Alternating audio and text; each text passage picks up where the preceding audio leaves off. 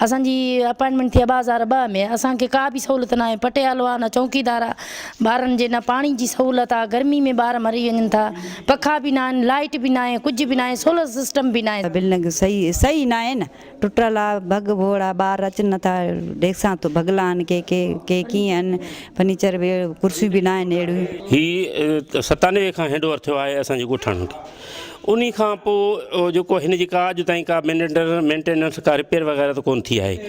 इन जे करे नीड आहे सख़्तु त हिन खे पहिरियों त ॾिसो पोज़ीशन तव्हां बिल्डिंग जे क्लासनि जी ऐं बाउंड्री वाल जी त कहिड़ी पोज़ीशन आहे, उन जी माना नीड आहे रिपेयर जी, उहा त फस्ट ऑफ थियणु घुरिजे। पाणी कोन्हे, पाणी ॿारनि खे तकलीफ़ थिए थी, नलकनि जी पोज़ीशन ॾिसो ख़राबु पिया आहिनि, टैंकर कोन्हे, मथां वाशरूम में डैमेज लॻा पिया आहिनि। जॾहिं हिकिड़ो स्टाफ आहे पघारूं बि गवर्नमेंट जूं खणे थो पियो त उहो हिते अवेलेबल छो थो थिए, हुनखे ड्यूटी करे न, पघार खणे थो गवर्नमेंट खां त ड्यूटी जे लाइ न। स्कूल इंतज़ामिया ऐं ॻोठाणा भरण जो चवणु आहे त असांजे स्कूल में का बि सहूलियत मौजूदु न आहे, मिठे पाणी ऐं वाशरूम बि का बि सहूलियत मौजूदु न आहे। स्टाफ जी जेका खोट आहे उहा बि बरक़रार आहे। हिननि आला अख़्तियारनि ॿियनि खां मुतालबो कंदो जे त असांखे जेका त घुर्बल सहूलियतूं आहिनि उहे बि पूरियूं कयूं वञनि ऐं जेका त स्टाफ आहे उहा बि जेको त फ़राहम कयो वञे। कैमरामैन असलम सिंधी सां गॾु बारी मलिक, सिंध टीवी न्यूज़।